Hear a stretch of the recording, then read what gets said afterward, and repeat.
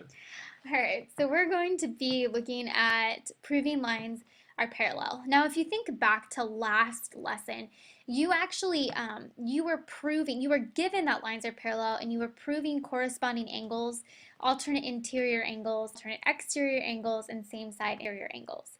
Now what you're given is you're actually given the angles, and then you have to prove that the lines are parallel. So it's converse. It's actually the opposite. So you're switching the hypothesis and the conclusion of your conditional statement. So let's look at corresponding angles. So if two lines are cut by a transversal so that corresponding angles are congruent, then we can say that line J and line K are parallel. So alternate exterior angles. It says if two lines are cut by a transversal so that alternate interior angles are congruent, then we know that J and line K are parallel. So alternate exterior angles. If we are given that angle 4 and angle 5 are congruent because they're alternate exterior angles, we can then prove that line J and line K are parallel. And now let's look at same side interior angles. So if we have angle 1 and angle 2 added together are equal 180 degrees, then we can prove that line J and line K are parallel. So let's look at some examples. So let's look at A. It says complete the statement and determine with which theorem was used. So we've got angle 1 is congruent to angle 2. Now, let's look here. So example number 1. Okay. So we know that angle 1 and angle 2 are congruent. That's what was given to us. So we can say that then line L and line M are parallel because of the alternate exterior angles. So angle 1 and angle 2 are both on opposite sides of the transversal. They're also on the outside, so they're exterior. Let's look at example. Let's look at B here. It says if L is parallel to M. So here we don't have the converse. It's given that line L is parallel to line M. So then we can say, so if we're given that line L is parallel to line M, then we can say that angle 1 is congruent to angle 2 because they're alternate exterior angles. So angle 1 and angle 2 are alternate exterior angles, and we can prove that they are congruent because we were told in the beginning that angle L and angle M were parallel. Now let's look at number C, or letter C. It says if line L and line M are parallel, then what? So let's look. So it says line L and line M are parallel. Well, then angle 1 must be congruent to line 3 or angle 3 because of corresponding angles. So angle 1 and angle 3 are corresponding angles, and we were told that line M is parallel to line M. So then angle 1 and angle 3 must be congruent. And now let's look at letter D. If angle 4 and angle 3 are supplementary. Now remember, supplementary means that both angles equal 180 degrees. So if we're given that angle 4 and angle 3 are both added together to equal 180 degrees, then we can say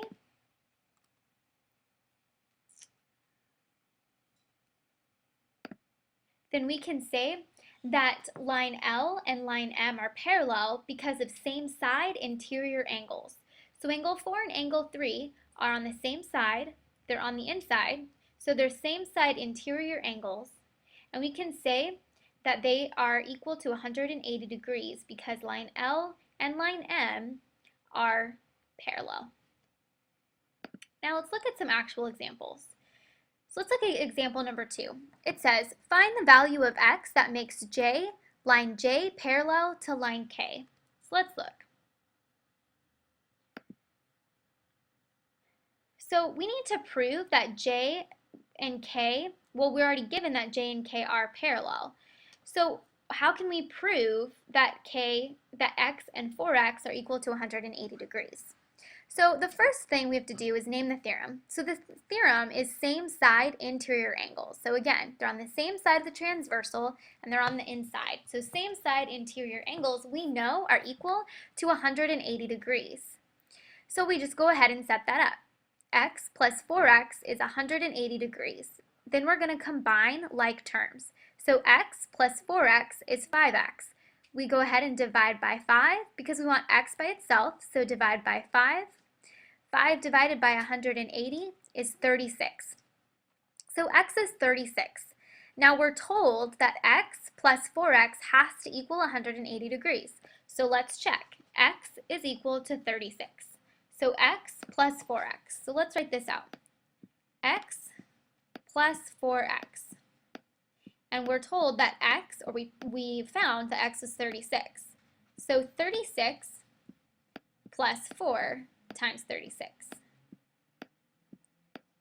And that has to equal 180 degrees. So let's do 36 times 4. So 36 times 4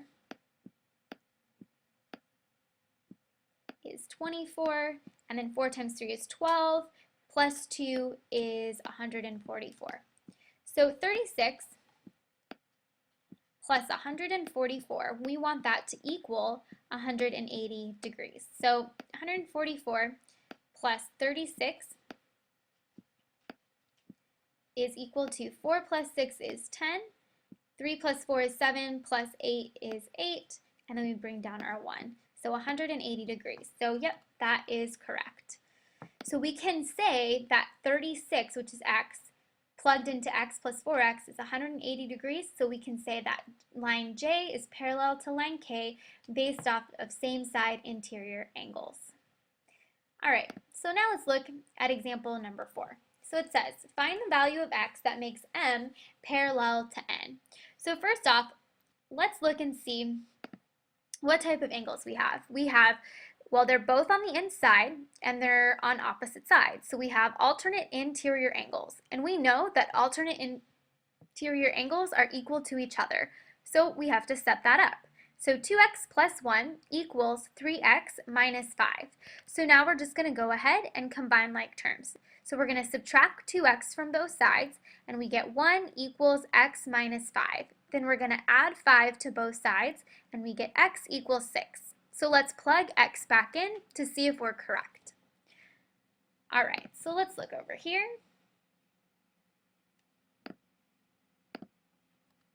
All right, so we have 2x plus 1 and 3x minus 5. So 2x plus 1 has to equal 3x minus 5 because alternate interior angles are equal to each other. And we said that x was 6. So 2 times 6 plus 1 equals 3 times 6 minus 5. So 2 times 6 is 12, plus 1 is 13, and that equals 3 times 6, which is 18, minus 5, and 18 minus 5 is 13. So 13 equals 13. So yes, we proved it that line M is parallel to line M because 2x plus 1 equals 3x minus 5, or 13 equals 13, and so they are alternate interior angles. Now let's look at example number 5. It says, decide whether EA is parallel to HC. So let's look. So right now we have what's called corresponding angles. So corresponding angles, if you remember, are equal to each other. So 120 is equal to 120, and both of these angles are what we call corresponding angles. So then we can prove that EA is parallel to HC because of corresponding angles are congruent. All right, now let's go ahead and let's go down to proving. So proving converse theorems. So here we're given, it says prove the alternate interior angles converse. So we're given that angle 1 and angle 2 are congruent. So we're given that. So it says given. Now it says angle 2 is congruent to angle 3. So we know that angle 2 and angle 3 are congruent because they're vertical angles. So 2A should be vertical angles. So 2A is vertical angles.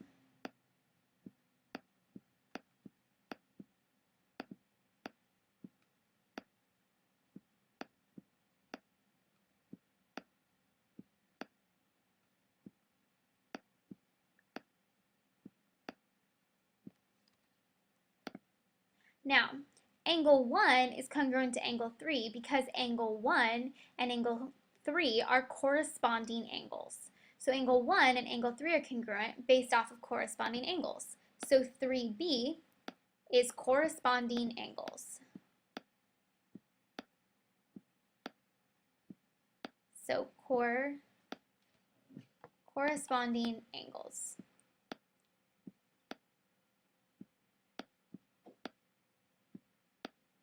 Okay? And then last it says M is parallel to N. So how did we prove that? We proved it by the alternate interior angles converse. So 4C is alternate interior angles converse.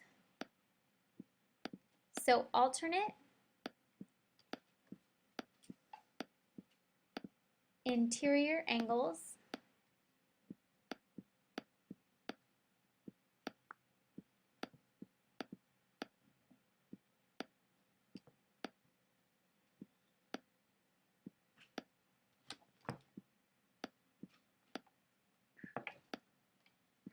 So alternate interior angles converse.